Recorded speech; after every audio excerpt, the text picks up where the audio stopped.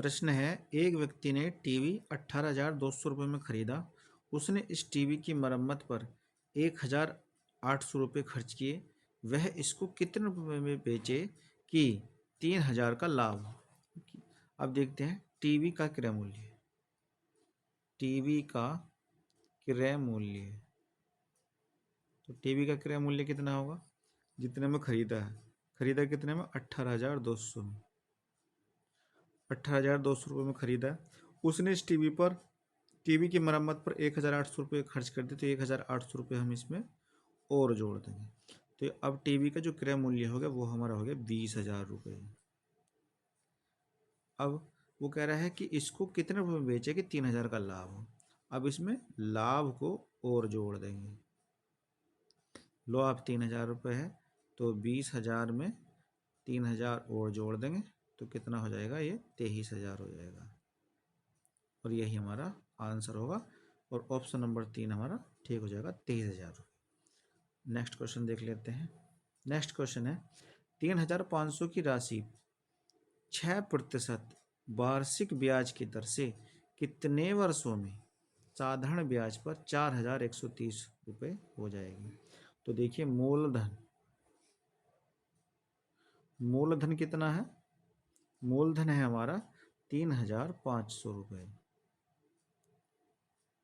और मिश्र धन कितना है? मिश्र धन है हमारा 4,130 रुपये। अब देखिए ब्याज, तो ब्याज जब हम निकालेंगे तो मिश्र धन में से मूलधन घटाते हैं। तो मिश्र धन हमारा 4,130 है, और इसमें से हम घटा देंगे 3,500, जीरो, और ये 3, 11 में से 5 गए, 6 बचा, 630 रुपये हमारा ब्याज आ जाएगा। 630 रुपये। अब देखिए साधारण ब्याज का सूत्र लगा लेते हैं। साधारण ब्याज बराबर होता है मूलधन, ये 630 साधारण ब्याज, मूलधन कितना? 3,500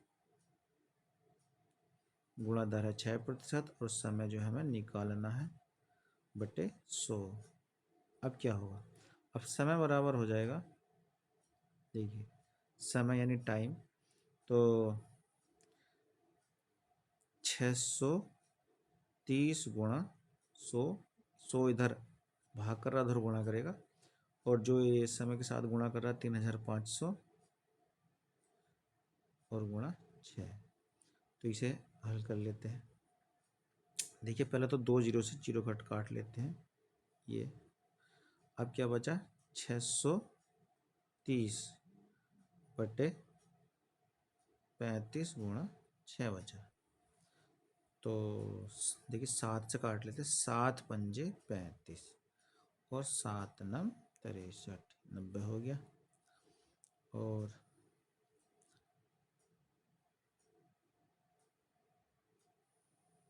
5 से काट लेते हैं, 5 कम 5, 4 बचा, 5 अट्ठे 40, और 6 से जो है ये 18 कट जाएगा 3 बार, 6 18, तो हमारा आ गया 3 वर्ष। और यही हमारा आंसर होगा, और ऑप्शन नंबर 2 हमारा ठीक हो जाएगा। नेक्स्ट क्वेश्चन देख लेते हैं।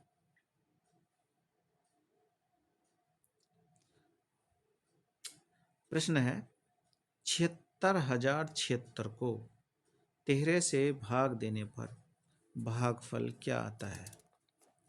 कितना भागफल आएगा? तो देखिए 13 से कर लेते हैं। 76,076 13 से भाग कर लेते हैं, तो सिंपल भाग कर लेंगे। कितना आ जाएगा? 5 बार जाएगा, 13 पंजे 65, 13 पंजे 65, 6 में से 5 घटाया 1 बचा, और 7 में 6 गया 1 बचा, जीरो तल 110 हो गया। तो फिर कितने बार जाएगा? 8, 13 104, 8 बार जाएगा, 13 104, फिर से घटाएंगे, 10 में से 4 घटाया 6 बचा,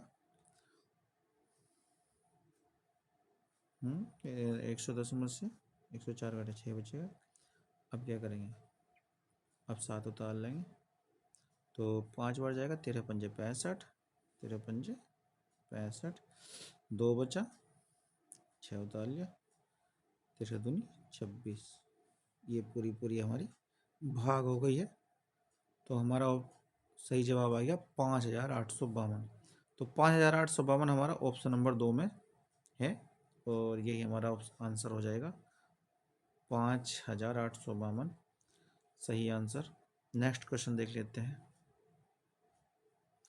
9 तथा 7 प्रश्न है, 9 तथा 7 दोनों का एक उभनिष्ठ गुणज संख्या a है, वह संख्या 1200 तथा 1300 के बीच में है, संख्या क्या है?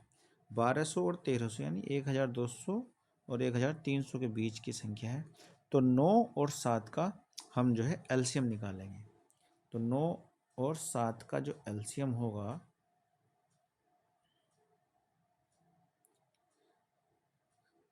देखिए ये दोनों जो है विषम संख्याएं हैं।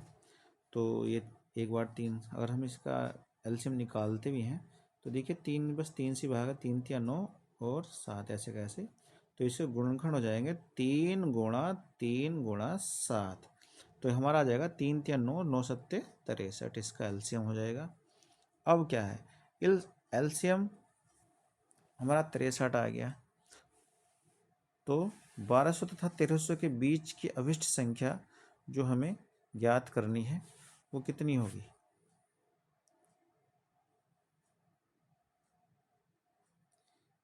इस तरह से जब हम जो एलसीएम आया है 9 और 7 का 63 के अगर हम गुणनखंड देखें इस तरह से, जब ये गुणज इसके हम लिखते जाएंगे और लिखते जाएंगे इस तरह से, इसके गुणज जब हम 15 तक भी पार कर लेंगे, उसके बाद फिर इसका गुणज जो है 20 बार जाएगा 63 का, तो ये आ जाएगा हमारा 1260।